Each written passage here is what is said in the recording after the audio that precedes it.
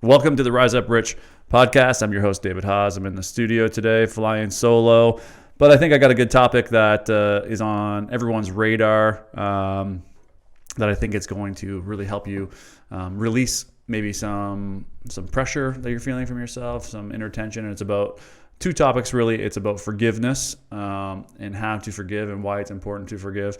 And then also about guilt and how we are our own worst critic. And how to overcome guilt, I think, is a huge topic because we're guilty about everything. We're literally guilty that we're not a good enough golfer, not a good enough partner. We should be making more money. We should be in better shape. We should be eating healthier. It's like literally nonstop. So I think these two topics will really, if you're suffering from these in any way, they'll really help you. So let's start with forgiveness, though. And forgiveness isn't about forgetting. I think that is huge. It's not about just burying something. I mean, a big part of what I do with my clients is to teach them how to stop suppressing and repressing their feelings and teaching them how to truly get connected to what it is they're feeling so that they can allow themselves to feel it fully, so that they become free of it. The way we get over our emotions is that we go through them.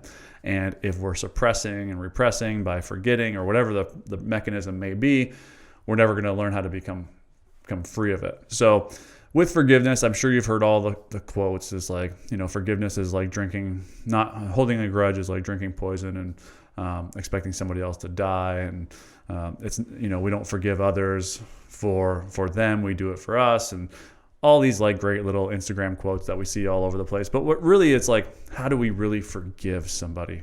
That's the ultimate. And the reason that these two are tied together is guilt. Guilt and forgiveness are tied together because we're going to kind of show you how to forgive yourself as well and go a little bit easier on yourself. So if somebody has wronged you, how do you forgive them? Well, step one is just to bring awareness to who you're still holding grudges to. I mean, everything begins with awareness. So you can do this really easily just by closing your eyes and, asking for the truth to be revealed and asking, who am I still holding on a grudge for? And I remember, this is actually a funny story, but I remember when I was in anger mode and blame mode, victim mode, I had like a hit list of all the people that I was going to like fuck over essentially when I made it. And just the energy of the hit list was probably one of the blocks that prevented me from achieving the levels of success that I wanted to, because I wasn't doing it for the right reasons. I was obviously trying to do it to get back at other people. And when you do things like this, it's just, you're never going to get the support of the universe. Okay.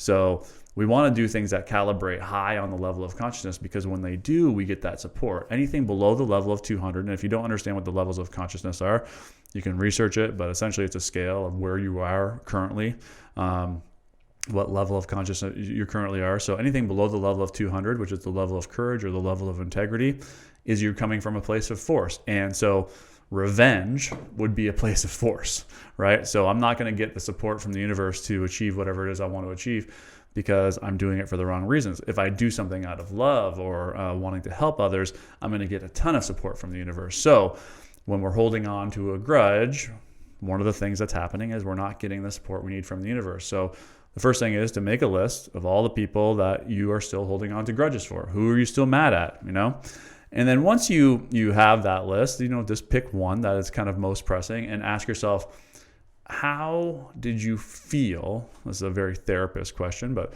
how did you feel when this person did whatever it was that they did to you? And just really connect to the emotion, right? So you'll probably be surprised. You think that the emotion is anger, but there's a saying that underneath all mad is sad. So when you really tune into the anger, and when I say tune into it, what I'm essentially saying is allow yourself to feel it, like really connect to the anger. And it's not even really so much about venting. It's just about feeling it in the body. Like, how does it feel? I always use the example of fear. It's like, I have this, I'm claustrophobic, or I was claustrophobic. I don't know if I still am. But I remember I was in my attic and I had to crawl through this one little tiny hole, and I could feel claustrophobia, the fear of claustrophobia, right? Claustrophobia is a fear, so that was the emotion I was experiencing, was fear. But because I know this is what I teach, I was able to just allow myself to feel the fear, allow it to run its course through my body while I was sitting in the attic. And then once the fear had gone, once I had gone through the fear, I was able to crawl through this tiny little hole and do all the work I had to do in the attic because I let the emotion pass. If I would have suppressed or ran away from the fear, that fear would have continued on for the rest of my life. So we want to do this exact same process with anger, right? If it's anger that we're feeling towards another person. And usually with forgiveness, the first thing that's going to come up if somebody's wronged you is anger, right? So you're pissed at them. You want to kill them. Like, this is the primitive mind. Like, you literally would probably kill them if you had the opportunity. So you want to first allow yourself to feel that anger. Allow it to run its course. Stay with it. Don't run from it. Don't justify it. Don't judge it, because anger being felt fully can get pretty wild. Some of the things that will go through the mind, you literally, like I say, you want to kill that person, and then you're going to start judging yourself because you should not kill people. But it's just allowing yourself to truly, fully feel the emotion of anger. Then after you let go of the anger, you could ask, what's below this anger? Why did this really, really get to me, right? And what did it really trigger inside of you? And then you can connect to that emotion and do the same process. But ultimately, when we are mad at somebody or when somebody has wronged us, basically all they have done for us is given us a gift to look inside of what we're still holding on to, what grudge we're still holding.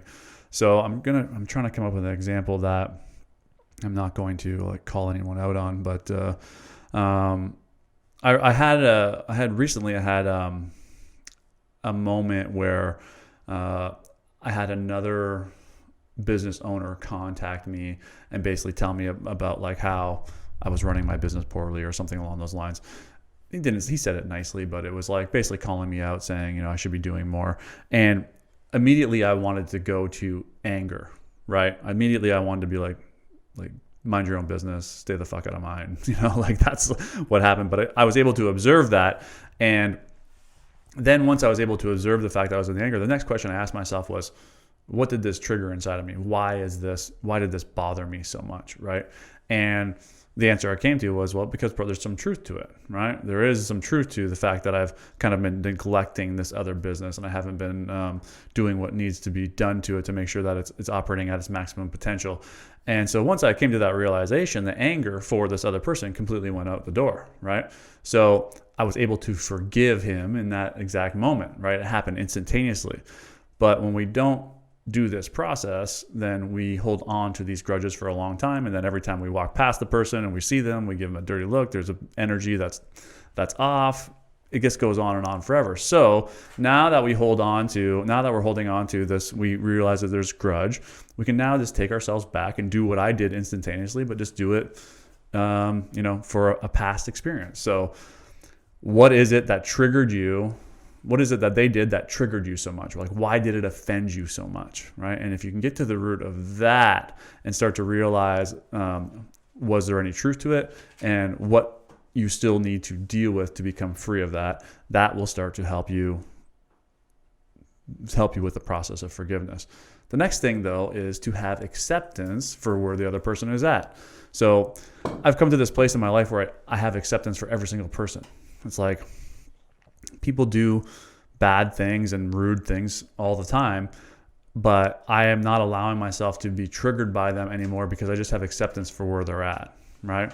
Even in this situation, I could see how this other person could have a bunch of resentment towards me, right? I'm successful. I run my business with, very little effort. I'm barely ever there. It makes me good money. We're busy all the time. And for someone from a different business owner that's grinding and hustling and sacrificing and struggling, I can see why they would build up resentment towards me. So I come to this place of acceptance. I'm I just see it from all angles. I don't just see it from my own perspective. And that's ultimately what we want to do with acceptance, is try and see it from the other person's perspective and try and see it from what emotions were driving that behavior that wronged you, right? And when we do this, we can begin to have acceptance for where they were coming from. And this is like a tough thing to do sometimes. It's like, I guess it just happens with practice, is like you just start to accept people for who they are. But a big thing about like us as humans is we are all constantly trying to change people, right? We live by this, like, you should be living your life more like me. And like, you know, I know how to do it, you don't, right? And when you hold on to that, it really closes you off to having acceptance for other people. Okay. So what is acceptance? And acceptance is essentially this: the person is just doing the best that they know how to do with what they have currently, you know, with the level of consciousness that they're currently at.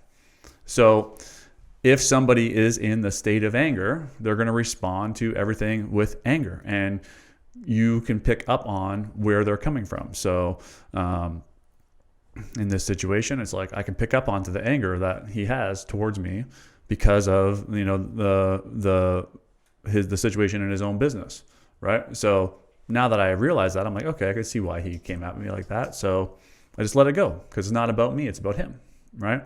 But if I take that anger personally, this is when grudges happen and all these things happen, and I'm able to see where everyone's at. Okay, so acceptance is probably the key to forgiveness. Okay, just accepting what level of consciousness somebody that they're at. Let me give you another example.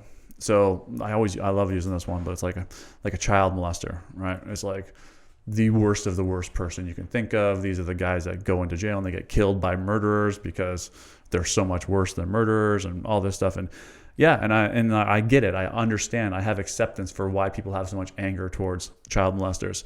But what you probably have failed to realize is that child molester was probably abused himself, probably extremely. That child molester probably wants to stop, but can't, because he's just repeating what was done to him, right? So you get to a point in your life and to a point of acceptance where you can accept every single person for every single thing that they're doing, because there is no judgment, right? It's just like, there is no, you should be doing this. You can see that if they could be doing better, they would be doing better. Ultimately, every single person in the world is striving to be their best version of themselves, right? Some people have just developed more tools, more awareness, more clarity, more spiritual growth, more connection, whatever you want to call it. And they are able to transcend negative behaviors that affect them negatively and affect others negatively, right? So an alcoholic knows that he shouldn't drink, right? And everyone around them says, you should stop drinking. Well, fuck no shit, he should stop drinking, right? That's the most obvious thing. But he has yet to make the realizations necessary to become free of whatever alcohol is helping him deal with, right? So when you come to that realization, you can just have acceptance for him and say, hey, he's just he hasn't gone far enough down his path yet, right? And you have to have acceptance for people that some people just might not move 1 point up the scale of consciousness in an entire lifetime. And that's just part of their path. And you have to have acceptance for that, right? Not everyone wants to maximize their potential, right? Actually, no, I should say that. Everyone does want to maximize their potential, but me maximizing my potential would be reaching the state of enlightenment. Somebody else maximizing their potential might be going from living on welfare their entire life to getting a minimum wage job. Okay? Like, it's just, I just can't have any judgment towards anyone. So when you let go of judgment, you learn to have acceptance, you identify why you were triggered so much by somebody wronging you, and learn how to look within and heal from it, you essentially automatically forgive somebody. Okay? So now the big thing with forgiveness, and this is what my wife and I always argue about, is like, just because you forgive somebody doesn't necessarily mean that you have to allow them back into your life. Okay? But I know that my wife uses this as like a tool to suppress her actual emotions that she's feeling towards the person, and we joke about it. And I'm not saying anything that behind her back right now that she doesn't know about. Like we have this conversation together. So you don't want that. you don't want to say, yeah, I forgive you, I'm just never going to see you again. And the reason that you're doing that is because you're still holding on to the anger. You want to truly forgive somebody. And if that person is going to continue to cause you harm, meaning they're stealing from you, they're lying to you, they're cheating on you, whatever it may be, they're abusing you, then obviously you need to remove yourself from that toxic person, right? From that, not I want to say the toxic person, but from, I guess they are toxic in the sense that they're stuck in a really low state of consciousness and they don't know how to come out of it. And it comes out in anger and violence and whatever it may be. So yes, there will be moments where you have to remove yourself, but the key would be to not be holding on to any of those negative emotions that are associated with, and truly forgiving them and having acceptance for the fact that they have just yet to figure it out, right?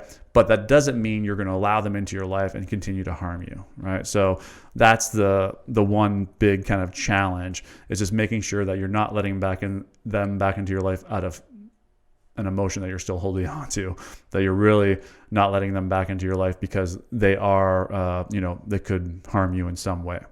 All right. If that makes sense. So that would be the one kind of caution area about forgiveness, right? So there's people in my life that I've completely forgiven, that I don't associate with anymore. But when I see them on the street, I'm happy to see them, and, but I'm not going to make them like an integral part of my life, essentially, I guess, if that makes sense. So that kind of allows me to shift to guilt, right? And internal guilt. We might have guilt about not forgiving people, right? Like we might have guilt about the other things that I mentioned earlier about, not being good enough, essentially, is what I should be doing more. So anytime that we hear this word should, it should be like a record scratch, right?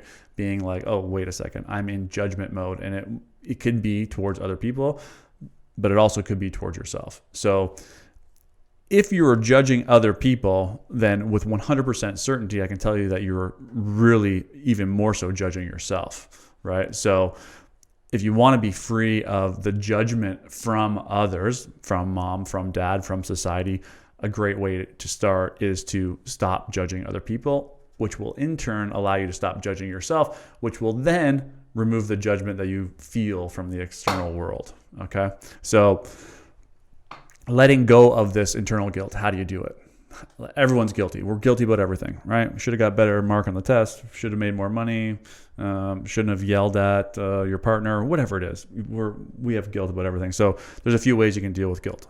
Step one is awareness.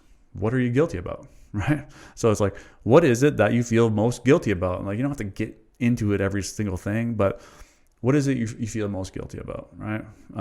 Big one for me is like that I'm not moving forward fast enough. That's the guilt I feel a lot, right? Okay, so just become aware. So when I catch myself with that internal guilt, then I can just be like, whoa, I can use the power of the mind the mind has power of the emotions. I can use the power of my mind and be like, oh, there's that internal guilt again. Let me just stop that. Let me put a stop to it right now. So just the awareness of what you're guilty about will begin to create a change, right? Because now you're aware of what you're actually still holding on to. As it starts to come into your consciousness, you can start putting a stop to it. Okay, so that's step one.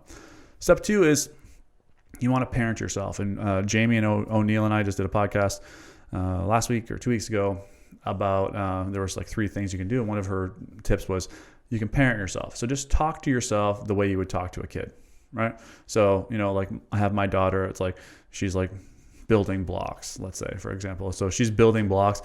If she builds a tower and she only has 1 block to put and the tower falls down, I don't yell at her and say, you're so stupid. How did you not build that tower all the way to the top? I say, oh, good job. Like, try again.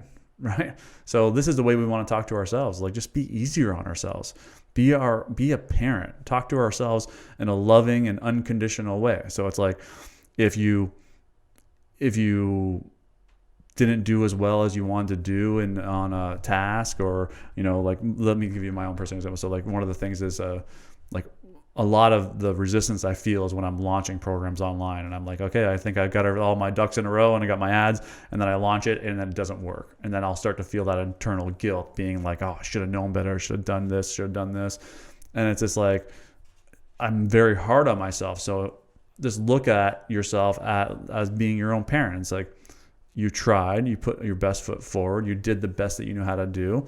Don't get down on yourself. What would a parent say to you? They say, hey, you put in a good effort. No big deal. Pick yourself up, dust yourself off, and get back in the ring, right? And that's exactly what I try to do to myself. It's like I am so like uber aware of that internal judge that I'm just, once I start hearing that judge come up, I'm like, whoa, stop. And I turn into parent mode. Okay. So that's step 2 is become your own parent. Talk to yourself the way your mom or dad would talk to you as a tiny little kid, right? Probably don't talk to yourself as like the way mom and dad talk to you as like a teenager, because then they start to bring in the judgment and what you should be doing. So it's really as you were a little kid, right? It's like when a little kid's learning to walk, you don't, if he or she falls down, you don't yell at her and say, what the fuck, you fell down, you're so stupid. No, you say, good job, you help her up, right? Give her the support and get her on her way again, right? So that's the way we want to talk to ourselves. All right. And then the last one, and this is probably the most important, and this is what Dr. David Hawkins talks a lot about, is connecting to the innocence of the child. And I guess I kind of already touched upon that with the self-parenting, but you really just want to really tune into the fact that you're doing the best that you know how to do. Okay? And even when we say, I should have known better, right? Well, it's like, the reality is that you didn't know better, because if you did know better, you would have done better. It's literally that simple. And when you can connect to that, you can really, like, that internal judge really begins to melt away. And then we can also use that towards, towards the forgiveness aspect, is this realizing that the other people they don't know any better at this point, right? So can you judge somebody, right? It's like, you don't, same as again with a kid. It's like you wouldn't judge a baby for like shitting in its diaper. It's like they don't know any better, right? So usually when we're judging ourselves in this, I should have known better, we're looking in it as in regret. We now have this new knowledge because we failed, right? And then we're being guilty at ourselves for not having the knowledge before we had the knowledge. Like, when I say that out loud, you can just see how silly that sounds, right? So it's like just connecting to that innocence of the child, right, is the key to becoming free of guilt. It is also, though, one of the keys to becoming free of judgment, because when you can see yourself as an innocent child, you can also begin to see everybody else as innocent as well, and everyone doing the best that they know how to do, okay? And I know the question that's going to come up is, but I knew better, but I did know better, right? And that goes back to like the alcoholic example. It's like an alcoholic knows that he shouldn't drink, right? But he still drinks. Why? It's because he's been unable to heal from whatever he needed to heal from to finally become free of this addiction, right? So while I'm trying to think of this, you shouldn't have cheated on your boyfriend or girlfriend, right? Like, because that's just like a wrong thing to do, better. You haven't dealt with whatever's going on. Maybe it's your need for attention. Maybe it's your need. Maybe you have a sexual addiction that's been undealt with because of abuse that you dealt with as a child. Maybe you weren't feeling loved in the relationship that you're currently in. You had to seek love somewhere else. I don't know what it is, but essentially, as you can see, there's multiple things that could come up. It's not just about knowing what to do. It's about understanding why you do it. Okay? So we could know that we're not supposed to drink alcohol. We could know that we're not supposed to cheat. We can know that we're not supposed to murder somebody, right?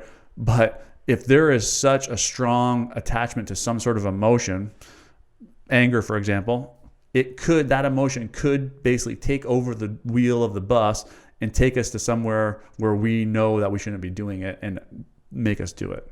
I don't know if I explained that very well, but I think you're kind of getting the point, right? It's like there comes a point when the emotion just takes over. So here's an example. This will help you. Let's drive this home. So when I was connected to anger, when I was in the state of anger all the time, I allowed, without my knowledge, anger to control my life. So there's this one specific example that while I was becoming aware of my emotions and things, I had backed my car. I was doing this 3-point turn. I backed my car and I backed it right into a rock, and I put this huge hole in my bumper, right? this is how I would have reacted before. I would have been pissed off, got out of my car, pissed off, sped away, probably sped down the expressway, probably got a ticket or an accident, would have came home, would have probably gotten into a fight with my wife, would have went to bed angry, would have woke up the next day, the anger would have been there until finally it came out in some other way, shape, or form, meaning I finally got super tired, I ate like shit, I did whatever, I don't know what it is, I yelled at employees. It would have just created more and more and more problems. All of this would have been unconscious. While I know that I shouldn't be speeding, the anger from backing into the rock and the emotion that feeling was making me speed down the expressway to get a ticket. Now, none of this happened. I'm just giving you an example. What actually happened was this, that I backed into the rock and immediately I became aware that I was in the state of anger from backing into the rock, right? And then I began to start questioning, why am I so angry about this? Like, it's like, it's only a car, it's no big deal. These are the things I started rationalizing. And it's like, oh, I'm angry that this is going to cost me money, right?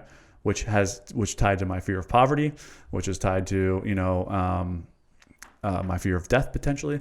So with that knowledge, I was able to just allow myself to feel the anger, be okay with it, and the anger was gone. And I went about my day and it didn't build and build and build and create bigger situations. So while I knew I shouldn't speed down the highway, I shouldn't get in a fight with my wife, I shouldn't yell at my employees, the emotion was behind the wheel, right? I hope that explains that better. But because I became aware, and I now knew how to deal with those emotions, I didn't allow those emotions to drive the bus, and I was able to become free of it. Okay, so this is what you want to do. This is the same problem that an alcoholic has, or a child molester, or whatever it may be, is that they know they should be doing better, but the emotions are driving the bus. Okay, so we want to get connected to what those emotions are that are driving the bus, become aware of them so that we can become free of them, so then we can then install new habits. One of those new habits being way easier on ourselves and seeing ourselves as an innocent child and continuing to move forward. So that's basically going to wrap it up. I will wrap it up with this one really cool awareness, and this is going to be a bonus for you if you are listening to this podcast this long here, is we've all heard the saying, this is something I came up with a client of mine, and I think it's just so valuable that I want to bring it up. It's like, we've all heard the saying that, it's not about how hard you get hit, it's about whether you get back up or not. And I think the real important thing that's missing about this is that everybody gets back up after they get hit, right? Everybody goes about their lives. They don't die. Like, that's essentially what you're saying, is like, if you get hit and you stay laying down, it's like you basically died, right? You're not going to die if something really bad happens to you, right? It's like if you go bankrupt, for example, you're not going to die, like, you're an entrepreneur. This is a great example, actually. If you're an entrepreneur and you go bankrupt, you're not going to die. You're going to be okay. Like, we live in Canada. Like, the government's going to take care of you. You can go on welfare. You're going to have a roof over your head. You're going to have food in your belly. But the real kicker is, this is the third part that's missing from that saying, is like, it's not about how hard you get hit. It's not about whether or not you get back up or not. It's about whether you get back into the ring or not. Okay? So I can use this example for me, right? It's like, I launch an online program and it fucking tanks. I spend $1,000 in ads and I don't get one sale, right?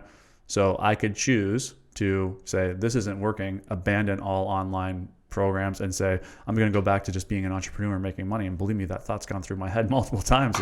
It's a self-doubt, right? Because I'm aware of it, because I'm aware I just got knocked down, I choose to get back in the ring and launch a new program, or change the ads, or tweak the website and spend another $1,000, right? Because I'm choosing to get back in the ring. I'm not allowing that defeat to control my life. So you can probably look back in your life and see where you got back up, but you didn't get back in the ring, right? And the world is full of these people.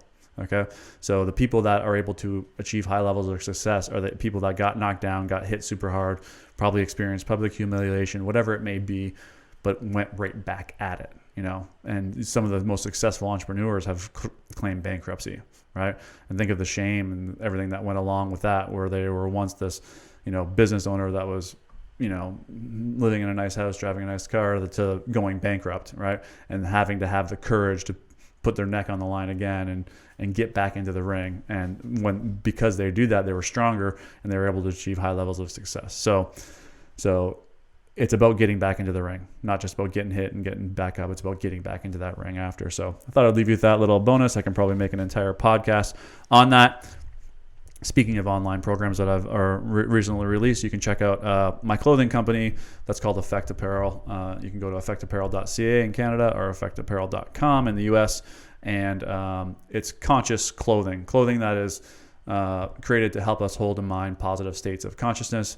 Really cool shirts that have positive words like gratitude. But the really cool thing is that they're also, we print them forward and in reverse. So when you look in the mirror, you actually see gratitude printed properly, which I think is very cool. And I tell you, just even putting on the shirt, really helps you hold that state of consciousness in mind throughout the day. So check that out if you're interested. It's all priced really well. Effectapparel.com, effectapparel.ca. And thanks for taking the time to listen. And I will see you guys again next Wednesday.